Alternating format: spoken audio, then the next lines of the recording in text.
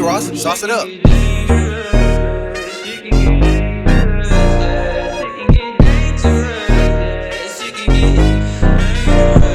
can get dangerous, yeah. Shit can get dangerous, yeah. You staying with a lame bitch, yeah. Well, I'm staying with the gang bitch, cause that's gang shit. Like, ooh, and they gon' stay by my side, cause them boys down to ride, yeah. Like, ooh, she tryna play with my mind, I can't be wasting no time, yeah. But them boys my wheels, got in my bag and I got out my field. I'm getting this paper, I'm stacking a meal. I'm with your hoe in the house on the hills, yeah. I'ma keep it real, at the sacrifice to try to get my bands up. Shorty wanna fuck with me, she see me on the camera. She said she in love with me, but really I can't stand her. She just want part of this life, cause she see me on the... Hey everyone, I am sorry that it took so long for me to post any new videos. Today, I present What If Ichigo Kurosaki Was in Black Clover, Part 1. Now please enjoy. There isn't much we can do, you know? Yes, we can. It's no longer a problem. And they've 100 freaking years. 96 now, but that's not even the question here. He will protect us, even if the threat is literally a century in the future. And it's not like he's always gone. I can hear it in your voice, Haim. Don't you think you should talk to him? It's always college, sleep, eat and then train. What about you? We barely won the last time, Suki. I don't think he wants to experience it again. The despair. And I really don't mind. We have so many years ahead of us. Sigh. Fine. But I'm gonna have talk with him, the next time we meet. Hey. I'd love to see that. You bet. Orihime Inoue continued walking back home, having finally parted ways with her longtime friend, Tatsuki Arisawa. Back to her new house. Gone was the one-room kitchen apartment in a shady neighborhood. It was now a one-room kitchen in a not-so-shady neighborhood. The spending power of part-time working college student. At least, the people were nice. She sighed. Well, maybe she could look forward to heading over to the Kurosaki household for dinner tonight. She sighed again. A long boring day ahead it is. Ikigu tilde. Somehow, Ichigo dreaded this sound, more than anything in the world.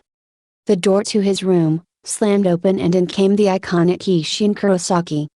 Oh, come on already. Your girlfriend's waiting for you downstairs. He continued speaking in tune. It's been 3 years, Go-chen. Call her Orihime, already. Ichigo remarked, exasperated. But the annoying old man continued smiling at his son, absolutely indifferent to whatever Ichigo said. Ichigo quietly made his way downstairs. He was somewhat nervous. It had been a week since he'd last seen Orihime. Truth be told, they hadn't seen each other much at all. Ichigo remembered the day he'd asked her out. As like every new relationship, things were lovely in the beginning. It did not last long, though. One day, Kisuke Uruhara had broken the news to them. The wretched, grim news. Yuak wasn't dead. Not that he could have died without taking the universe along with him. The news alone had changed Ichigo's outlook on his future. He knew he was the only one who could even stand up to Yuak. The best of the 3 worlds.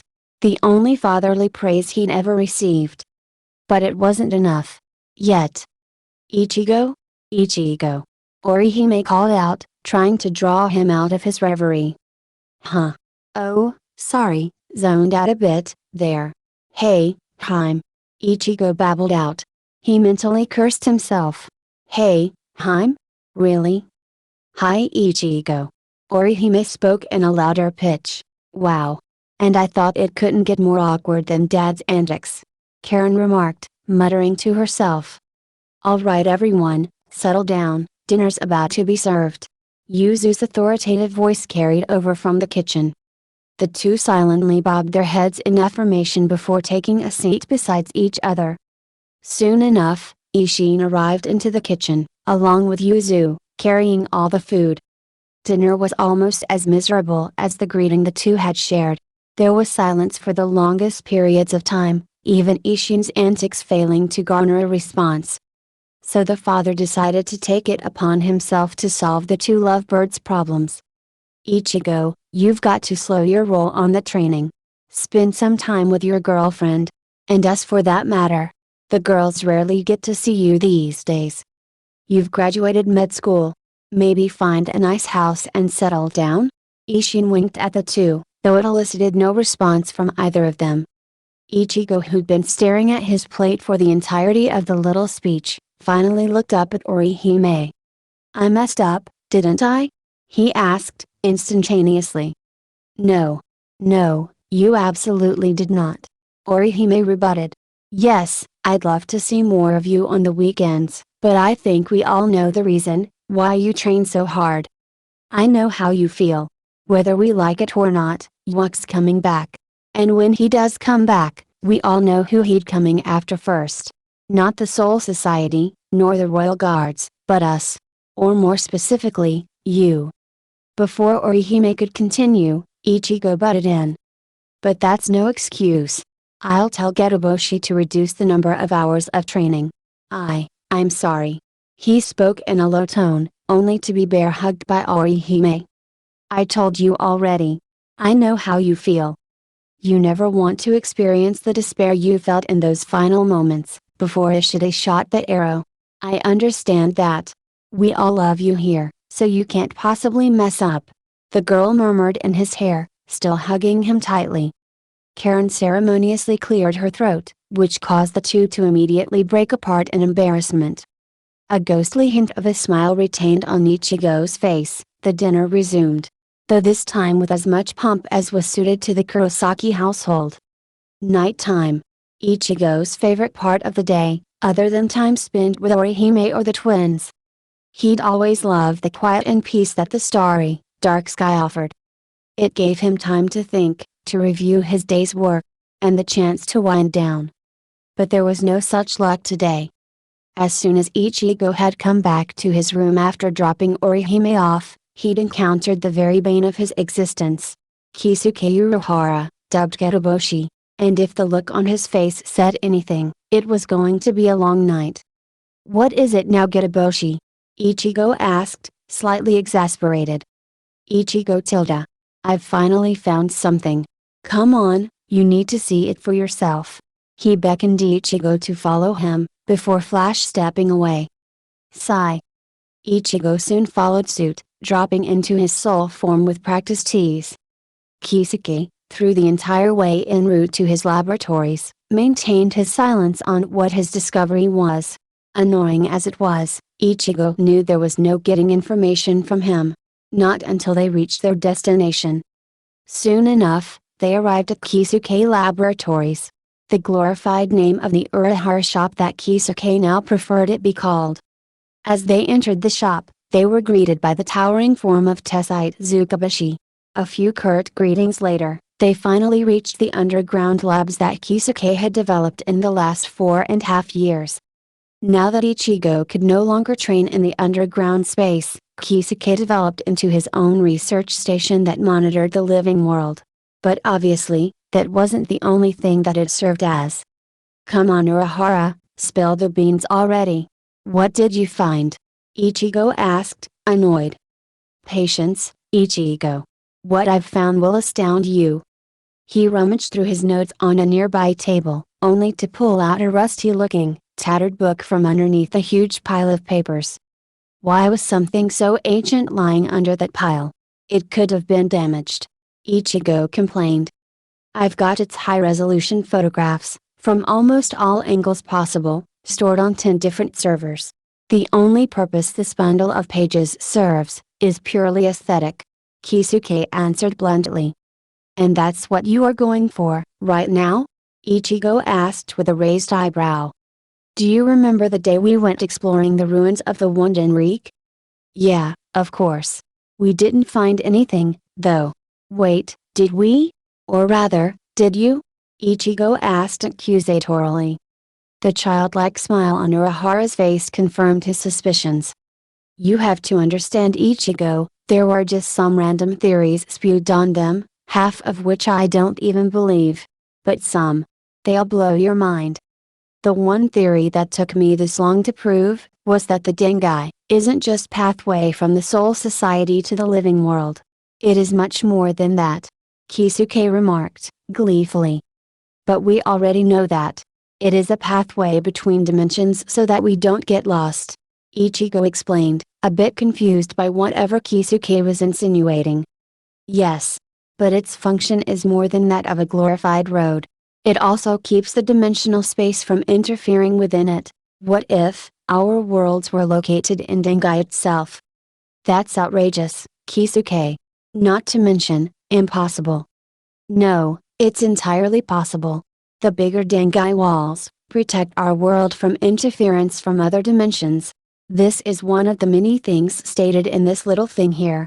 Kisuke explained, twirling the tattered book in his hands. Okay, but still, what does it prove? Ichigo asked, his interest piqued. Ichigo, my boy.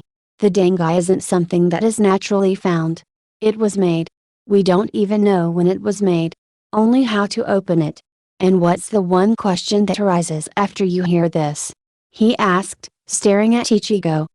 Is it a technology based on the bigger one or did we make the bigger one? Ichigo answered in finality. Bingo. And that is the one bit of information that I haven't been able to prove. I know the former sounds much more plausible than the latter, but if there's even a sliver of possibility, we need to investigate it. And how do you propose we do that? Ichigo asked the rhetoric question, only to be faced with a finger pointing towards himself. Your mere presence should upset the balance of the Dengai, now. And you want me to voluntarily do that? Ichigo asked, his scowl deepening. Another smile greeted him. Of course, you do. Ichigo answered for himself, shaking his head. Well, you are the only one who could do such a thing. Isn't that the whole reason why you only use gargantas now to travel anywhere you need to go? No. I just find it easier to open a garganta than a senkaiman. Ichigo answered. Oh. Anyway, let's go. Kisuke went flying through the rooms towards his own senkaiman. A few moments later, they both arrived. I've made all necessary preparations. All you've gotta do is wear this. Kisuke spoke, handing him a safety gear. He quickly secured it around himself.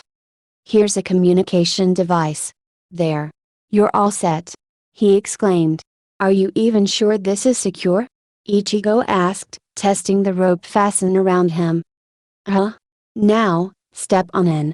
The machine slowly powered up as the Dengai came into view. Good luck. Ichigo heard through his earpiece. He stepped into the Dengai for the first time in 3 years. For a moment, there was absolute silence.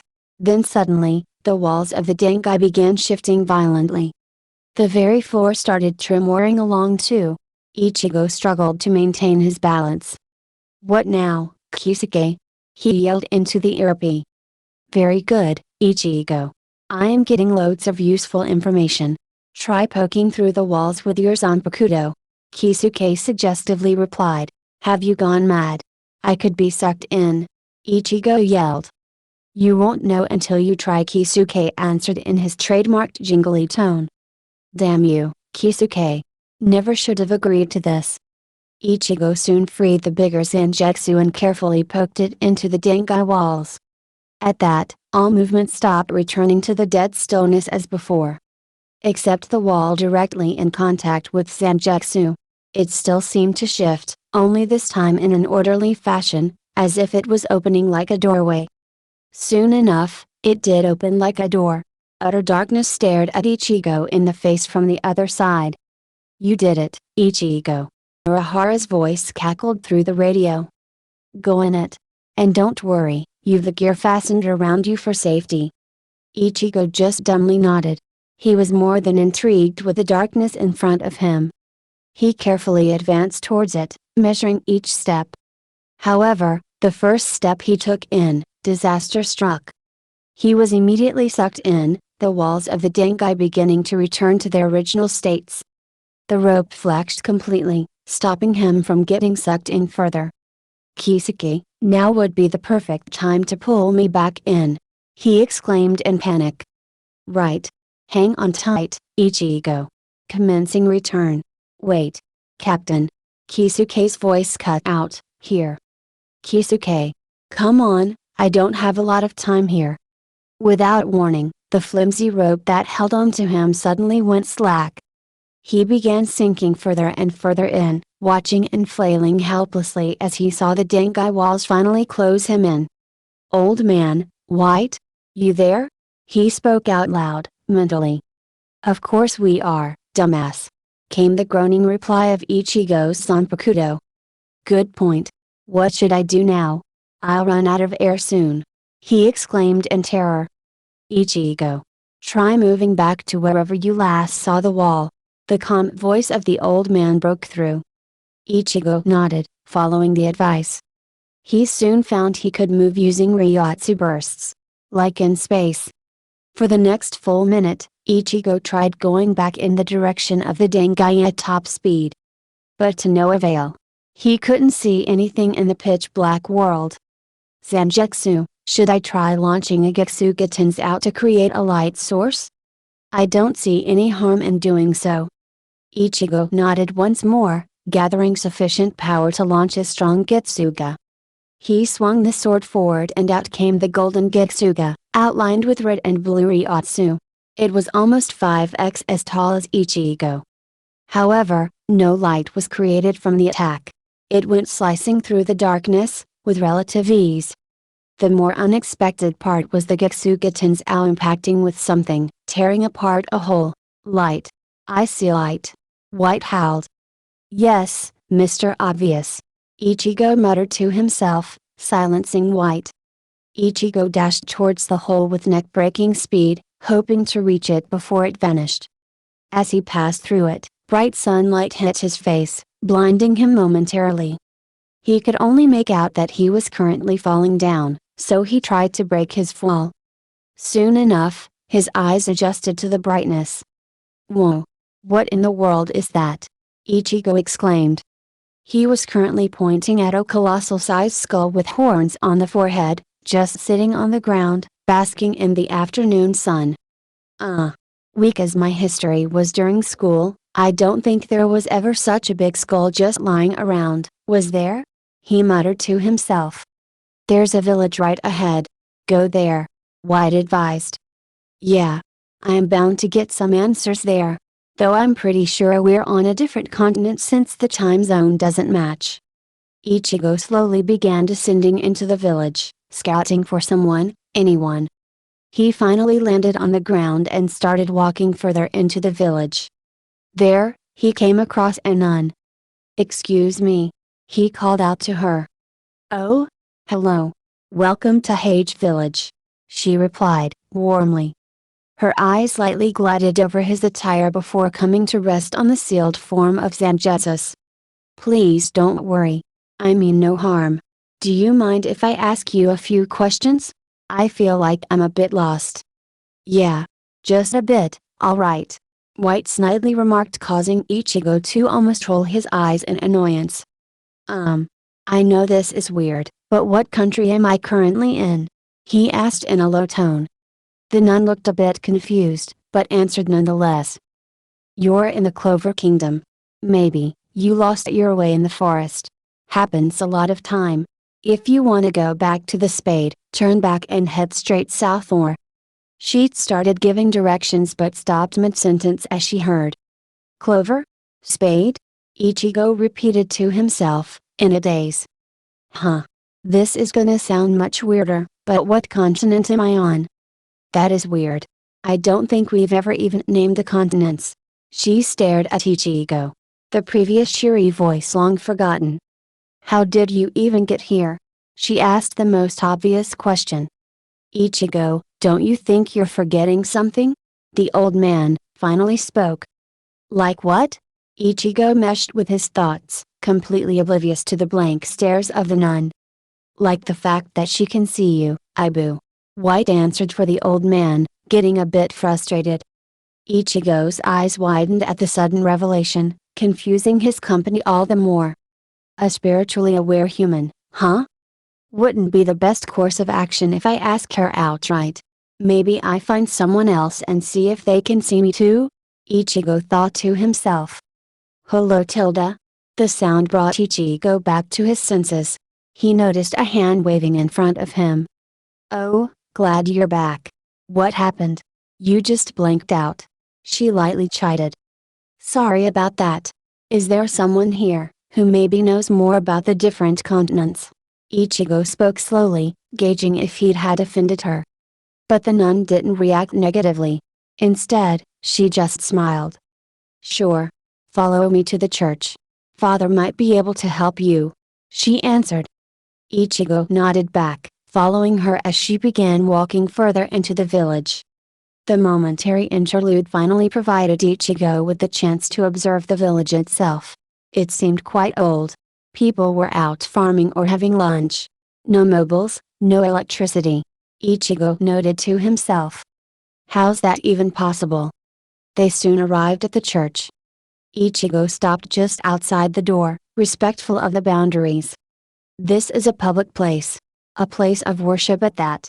There's no need to stand on ceremony. Come on in.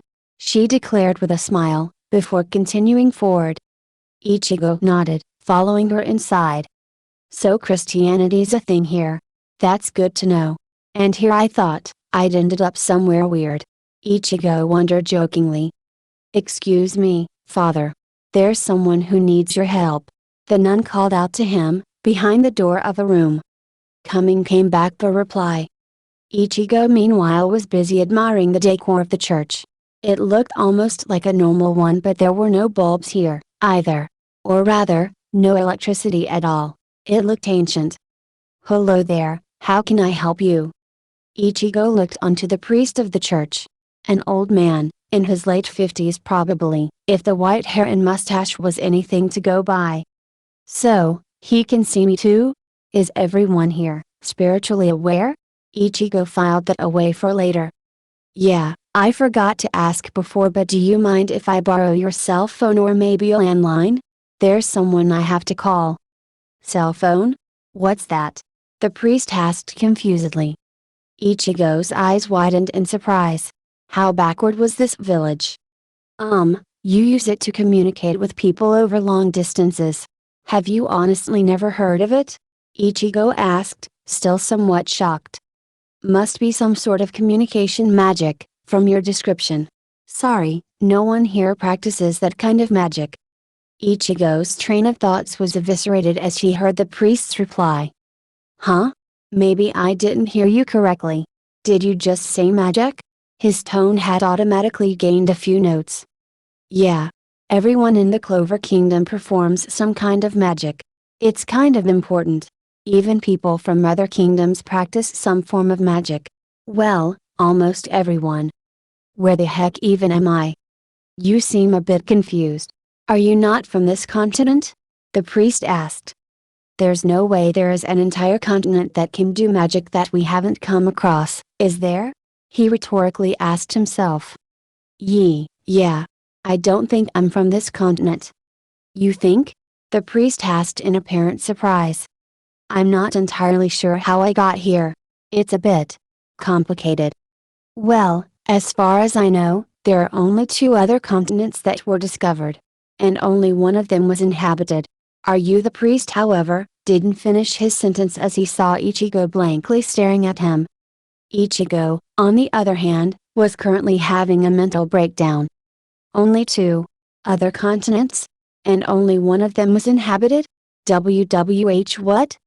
Confusion was the last thing that registered on his mind, before he collapsed. Ichigo woke up to an empty room, completely dazed. He had no idea where he was. In every sense of the sentence. He groaned loudly, sitting straight up. That was trippy. Agreed. Hey, old man? Any idea what the hell is going on? Where are we? Of course. I think it was quite easy to deduce this. We're in an alternate reality. You did pass through a dimensional rift, after all. The old man explained slowly. It sounds logical enough. It also explains a whole lot. But with just a normal Getsuga Tensou? Ichigo asked back. I think the amount of Ryotsu you exerted in that fragile transdimensional world caused the tear. But I wasn't even in Bankai. How did I manage to accidentally tear open a hole in dimensions? Ichigo asked, surprised. That's up for debate. For now, Focus on getting by in this world until we find a way to leave. And Ichigo, we fully expect you to continue your training here." Saying this, the old man receded to the back of his mind. Ichigo came back to his senses, looking around the room. The room was also quite quaint, a few lanterns and a picture adorning the lonely walls. Other than the bed, the room also sported a table and 2 chairs. Ichigo got back on his feet with little effort. He still felt a bit lightheaded, though. He was about to head towards the door, when the nun he'd previously encountered, entered the room. "Oh, you're awake. That's nice. I brought you some medicine." She tried handing him the pills, though Ichigo immediately refused them. "Thanks, but there's no need, really. It was just information overload." Sure. Now that's settled with, I will also advise you to stay here for the night. The nearest town from here is at least a day away." I'd recommend staying here.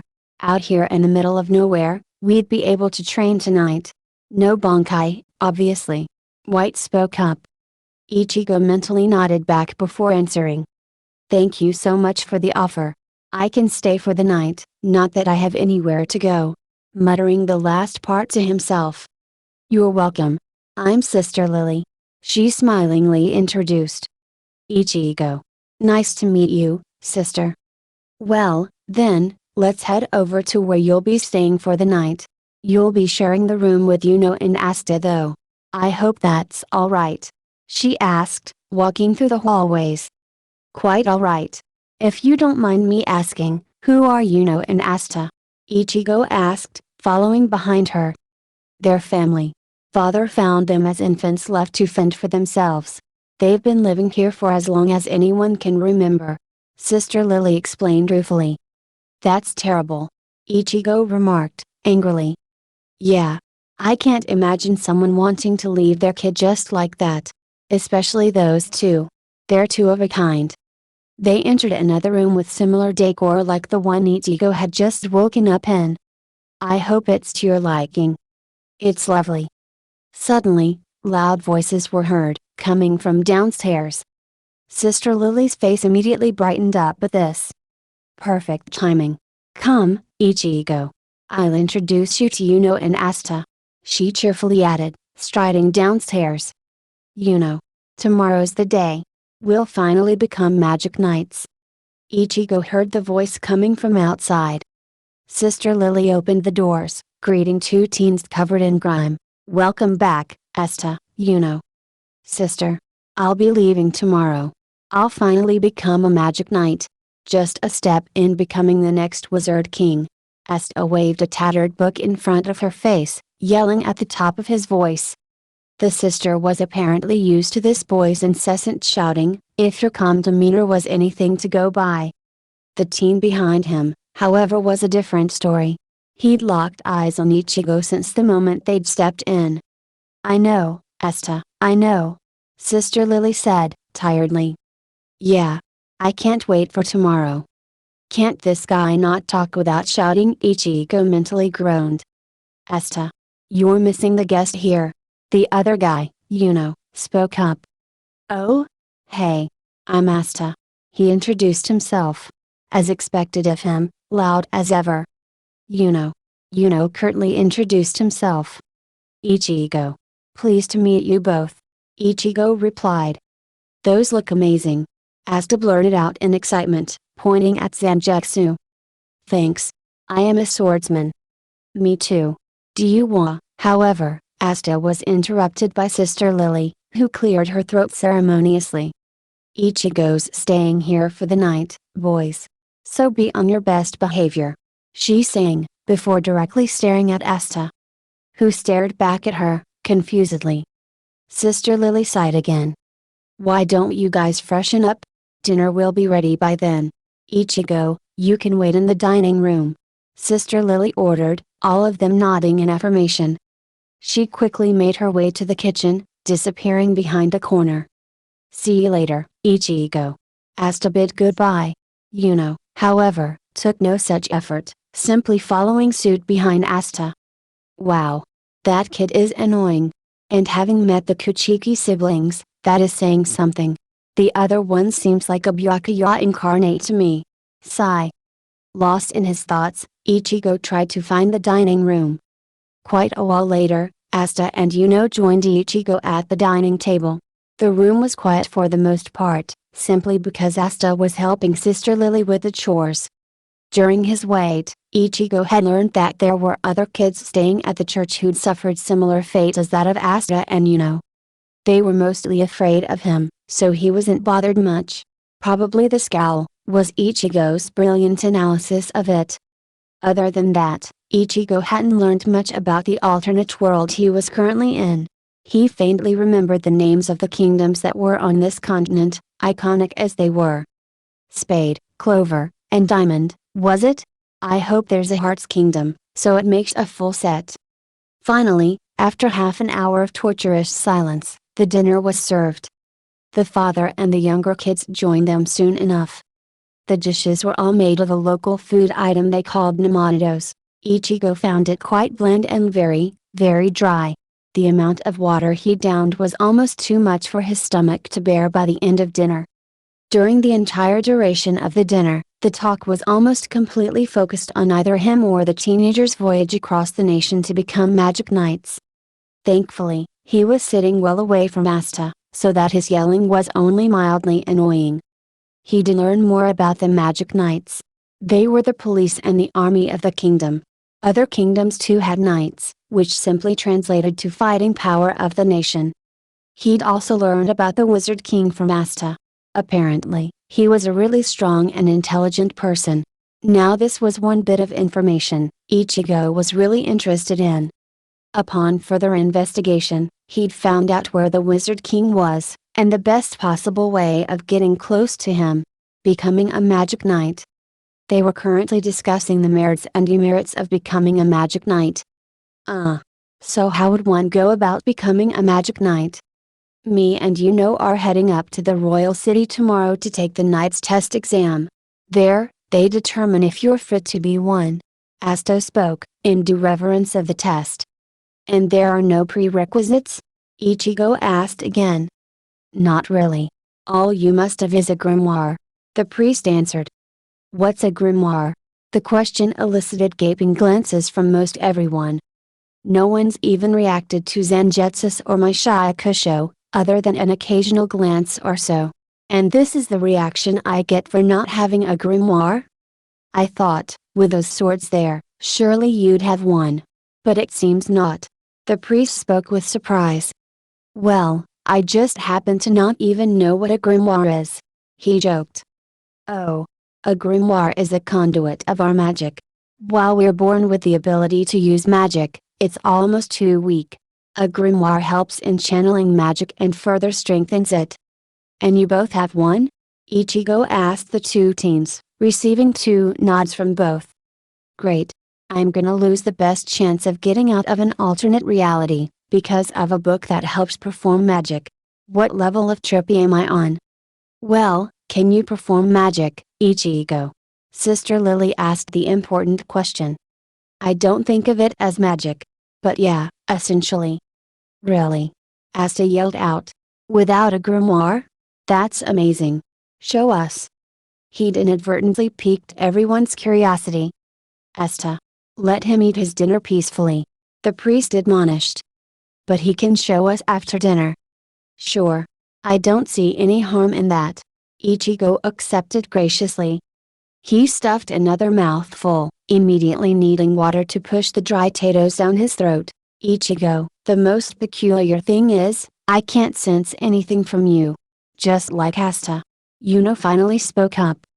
The guy's been quiet for the better part of a day, and the moment he decides to open his mouth, it's for that? Ichigo cursed out in his inner world. I'm very good at hiding my energy. It may be because of that. Ichigo answered proudly. Had I said this a few years ago, Dan White would have laughed his face off. A light chuckle reverberated throughout his inner world. Yuno nodded back, seemingly content with the answer. The dinner ended without further consequence, the residents quietly gathering their plates. Sister Lily quickly rounded off all the children, herding them towards their bedroom, before Asta began. They can't sleep yet. Ichigo was about to show us his magic. He exclaimed jubilantly. Asta. Sister Lily chided, but she knew there was no going back now. Once the children heard him, they all began shouting back in defiance. Alright. Alright. Sister Lily conceded. Ichigo, make it quick, please. She pleaded.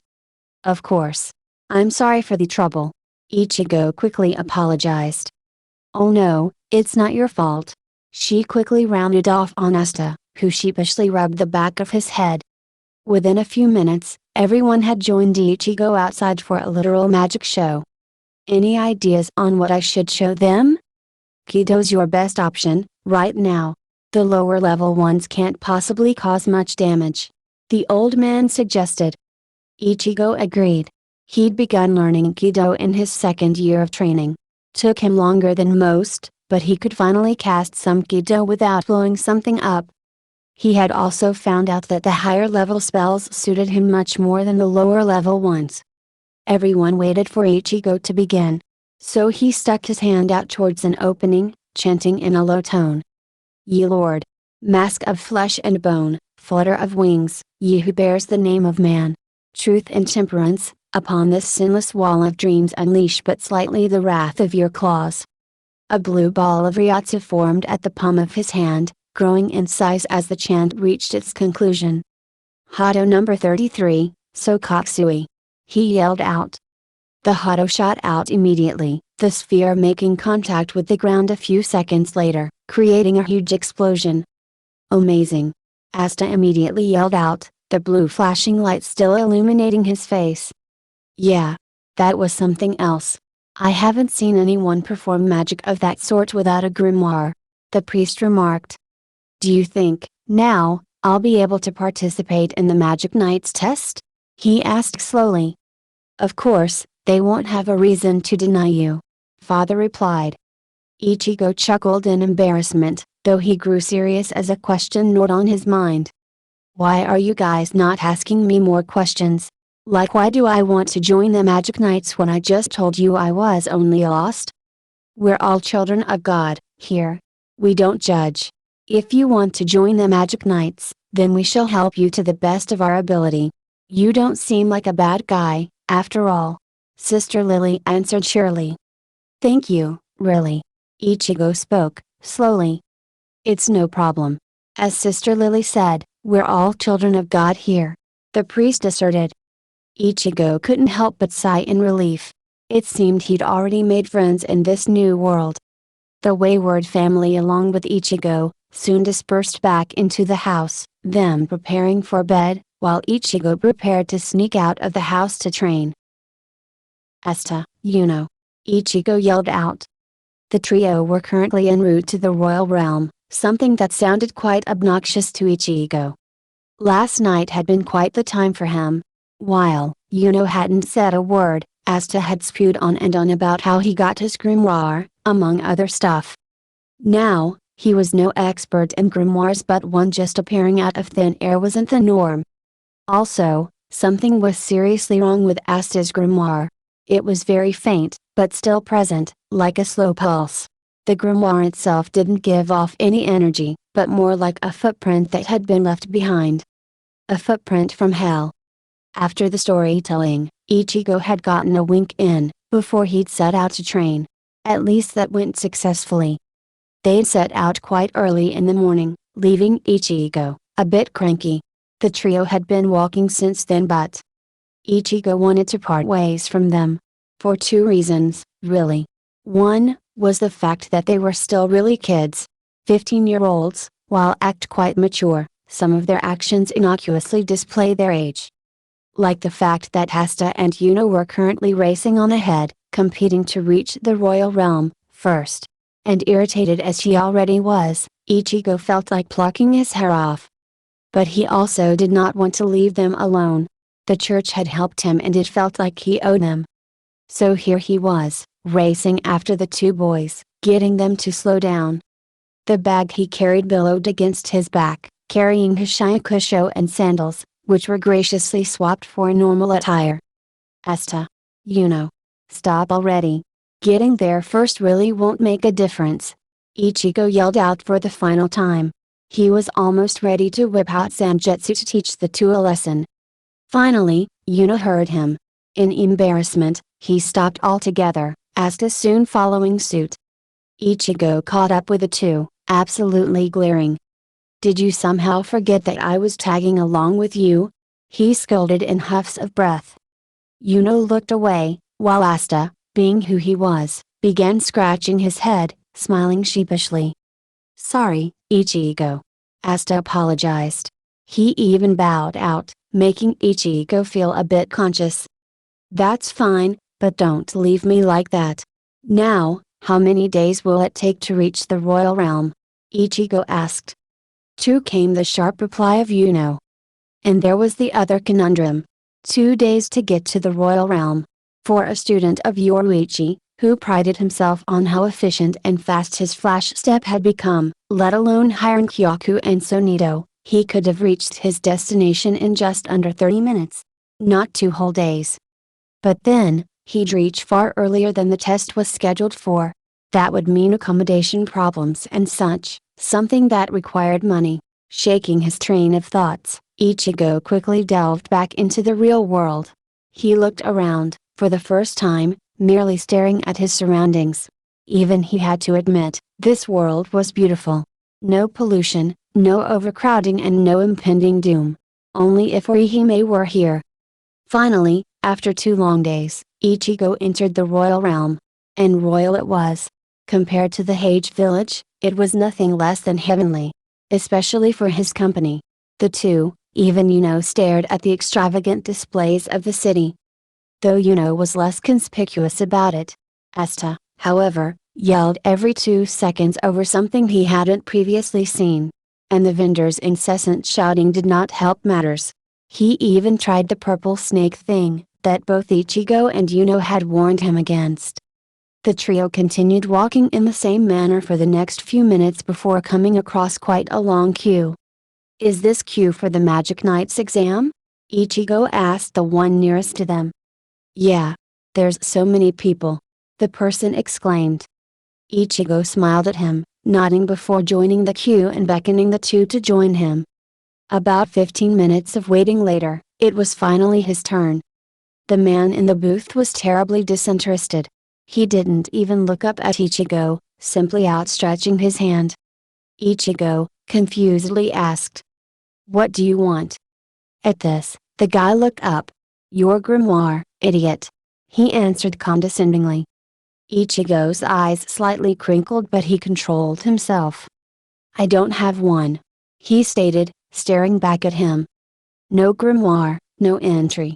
Next," the person yelled out. "Well, I did," Ichigo tried to reason, but the man cut in. "Any grievances can be solved there." He pointed Ichigo towards the distant dingy-looking stall with a flashy sign that read, "Exam Help Center." Ichigo, clearly frustrated, stomped off towards it. As expected, the booth was empty and Ichigo was pissed. He was about to turn back when he spotted a broad, well-built man, walking towards it. So, Ichigo quickly intercepted him. "Excuse me?"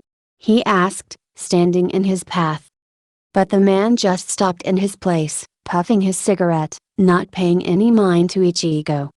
"Hello? Can you not speak English?" Ichigo asked, a bit frustrated. "I can speak just fine, boy. You're in my way," he replied in a gruff voice. Are you a magic knight?" "Yeah.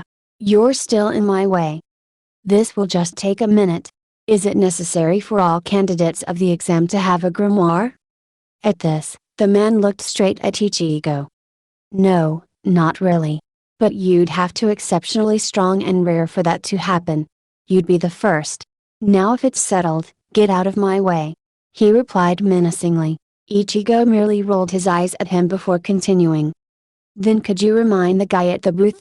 He's being really obnoxious." "Just what do you take me for? A chauffeur? I'm not here to help wimps out." "How long do you think it would take for you to just order the guy to let me in?" Ichigo rebuked, obnoxious. The man glared at Ichigo, menacingly as if contemplating the repercussions of killing a candidate. However, A melodious voice abruptly caught his attention. "Ladies! Come on, please!" he murmured desperately, as a group of young women dispersed, giving clear sight of the guy in question. Ichigo followed the man's sight towards the teary-eyed guy. "Funeral!" the obnoxious magic knight called out to him. "Captain Yami!" Funeral cried out in fear. He quickly rushed over to them, clearly afraid of the captain. "A captain, eh?" Ichigo surmised, astounded. He was now also quite interested. "The next time you wander off from your duty, I'll find you and kill you myself." The captain leaned over him menacingly. "Why yes, Captain!" Funeral yelled back, clearly unsettled by the threat. Saying this, the captain began to leave, only for Ichigo to clear his throat out loud. "Isn't it your duty as a magic knight, to help the citizens of this kingdom?" Ichigo tried the high road. Funeral tried to butt in, but quickly sensed that it was better for him to be quiet. Captain Yami paused mid-strut, turning back around slowly. After giving Ichigo a long cold look, he strode towards the booth. Ichigo silently followed suit. "Hey you! Allow him in," he ordered, slightly pointing at Ichigo. The guy at the booth, utterly terrified for some reason, simply nodded back. Ichigo silently chuckled a bit before turning back towards the knight, but he'd seemingly vanished out of sight. "Your number's 186. Please go in," he spoke, trembling severely. Murmurs began behind his back, but Ichigo paid them no mind. He walked into the stadium. Inside, he found almost all of it was open space, except for a stage high up above them. A crowd was already gathering up, anxiously waiting for their exams to begin. Ichigo soon found the duo, and waved at them. At least, at Yuno. Asta was currently being chased by the anti-birds, or so they were called. A few minutes later, a burly-looking man entered the podium. "All right everyone, listen up!" he yelled out. "The Magic Knight's annual selection exam will begin shortly. For now, let me introduce the captains of the Magic Knight's squad. They'll be the one to decide if you're fit enough to be in their squad, so tidy up." Ichigo had heard rumors about them already, having had one escort him to the entrance. They were supposed to be the strongest mages in the kingdom, only second to the Wizard King. Kinda reminded him of the Soul Society.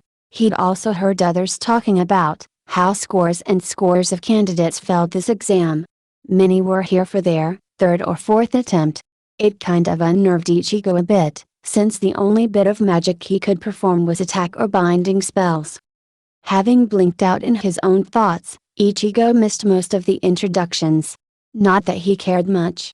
The last ones, however, did manage to gain his attention. The captain of the strongest Magic Knights squad, Golden Dawn, William Vengeance. And lastly, the captain of the Black Bulls squad, Yami Sukahiro. The man announced. Captain Yami quickly took his seat, not even bothering to pay attention to the candidates that had gathered. "All right, now we shall begin." The captain of the Golden Dawn squad, William Vengeance, stood up and began explaining the exam in further detail. The first test, and Ichigo was faced with a difficult task. Riding a broom. "Sure, let me just whip out my 1-2 while I'm at it," he cursed, mentally. However, suddenly a bright idea cropped up in his mind. He quickly raised up his hand, waving towards the burly man from before. "Yes, what is it?" he asked, a bit irritated. "Is the main purpose of this test to see if you can fly or just ride the broom?" Ichigo questioned back. The man deferred the question to the captains, looking up at them. The weird masked captain, Ichigo had dubbed him, answered. "Both. Since riding the broom requires a good control on your mana." The answer was short and precise, exactly how Ichigo liked it. "Since what I'm about to do also requires a good control, will it do?" "That can be decided after we see it," he replied again. This time though, he was looking directly at Ichigo, as if he'd piqued his interest. Ichigo smiled internally, before jumping off into the air. The others stopped somewhat, staring at Ichigo floating in the sky. Many expected him to come straight down. But Ichigo didn't fall back down. He simply halted midair, eliciting gasps from many of his competitors. Even the captains were solely paying attention to him. He jumped around a few times, before walking back down to the ground. From the top, he'd noticed that quite the number of people couldn't ride their brooms. Unfortunately, Asta was one of them. And Ichigo kinda didn't understand why. He knew Asta did not have any magic, but shouldn't the grimoire be helping him? As soon as Ichigo touched back down, he headed towards Asta, to help him out. On his way, people cleared the path for him. He could hear them whispering behind his back. The most common among them were, "He did it without a grimoire?" Or "He must be a foreigner." The former was with respect, but the latter was spoken with utter disdain. And Ichigo agreed with the term, foreigner. But the tone, was another story. "Asta?" Ichigo called out. "Yeah?" Asta replied back, turning around to face him. It was apparent that he was flummoxed. For someone who wanted to become the Wizard King, not being able to fly on a broom must have been too insulting. "You were amazing, Ichigo," he remarked, with his usual tone. "Thanks, Asta. What seems to be the problem?" Ichigo asked, pointing towards the broom in Asta's hand. "Don't know. I'm trying. Maybe it's because I don't have any magic?" he answered sheepishly, all hints of irritation wiped away. Ichigo smiled at this. Even without magic, the kid simply had the guts. That was rare. "I'd. Well, at least seems to have fun?" He pointed towards the teen who was standing on his broom while flying. "That must be uncomfortable," Ichigo thought out. "It's worlds better than sitting on that thin rod. Think about it," White slowly replied back. Ichigo soon realized what White was talking. His hand subconsciously moved to protect his underside. He stopped midway though, shaking off a shiver. Asta once again went back to trying out the broom, but it was all in vain. Soon, it was announced that the current task had ended, and the next would be beginning shortly. The next ones too, were quite difficult for Ichigo, not because he couldn't do them, but because he did not know what he should do. Like, show the captains, your best technique. And there was no way he could show them anything too flashy and destructive. Limiting his ability caused his techniques to appear really subpar. He still had the no grimoire edge though. Hopefully, that would be enough. After a series of tests, the captain of Golden Dawn stood up once more. "We now proceed to the final test. You're going to engage in a one-on-one combat with each other. Once you've chosen your opponent, please come forward at once." He sat back down graciously, beckoning the candidates to proceed. Everyone looked around in naked reluctance, gauging each other's strengths. Soon enough, a pair had come forward. Ichigo was not surprised to see Asta and some other guy along with him. Whoever that guy is, he's either a really good friend or an enemy. The two spoke for a while. It was clearly visible that Asta's opponent was saying something antagonizing, seeing as Asta's smile slowly disappeared. After a few more seconds of intimidating stares being thrown around, they finally took their stances, though Asta was quite open. "Bronze creation magic, Seki's magnum cannonball," his opponent yelled out. "I take it his name is Seki." Ichigo rolled his eye. The amount of narcissism wafting out of the guy was smothering. A clear blue crystal sphere formed around him, leaving only one small opening for the air. As Ichigo's eyes drifted towards Asta, he could clearly see that the teen wasn't even phased. Asta's grimoire flickered to life, the winds around them picking up pace.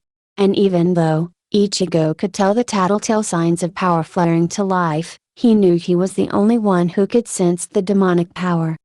Had the others sensed this, Asta would not have remained alive for far longer. Ichigo could almost feel himself choking, not because of the strength of the energy, but because of the intense hatred he could sense emanating from within. Now more than ever, it was clear to Ichigo that Asta could not be left alone to his own devices with that dangerous grimoire. The match ended quickly after that, Asta having destroyed the magnum cannonball in an instant, along with Seki, as the latter lay buried into a crater, unconscious. "Excuse me?" A soft tone sounded behind Ichigo. He quickly turned around to find a young girl, about the age of Asta, looking up at him unsteadily.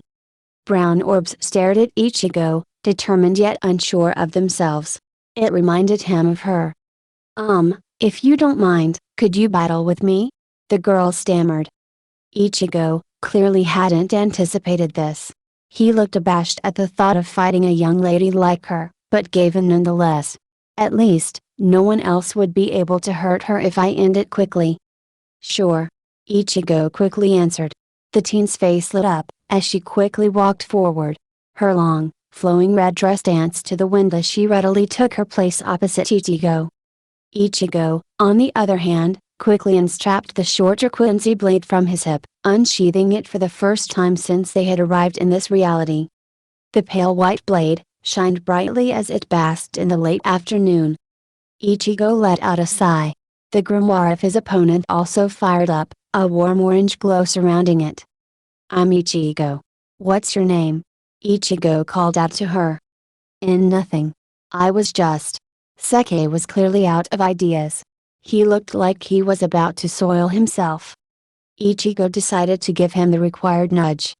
Oh, I see. You're here for revenge, aren't you? Seki shook his head vehemently. He was silently eyeing the exit, that was currently blocked by Ichigo. Don't. A terrible weight slammed down on Seki, as he crumpled to the ground in an instant under Ichigo's Ryotsu. Try that again. Saying this, he bolted out of the restroom, quite sure that he'd done the right amount of scaring. Asta soon followed out, enunciating a story of how he found Seki on the ground, with a terrible smell wafting from him.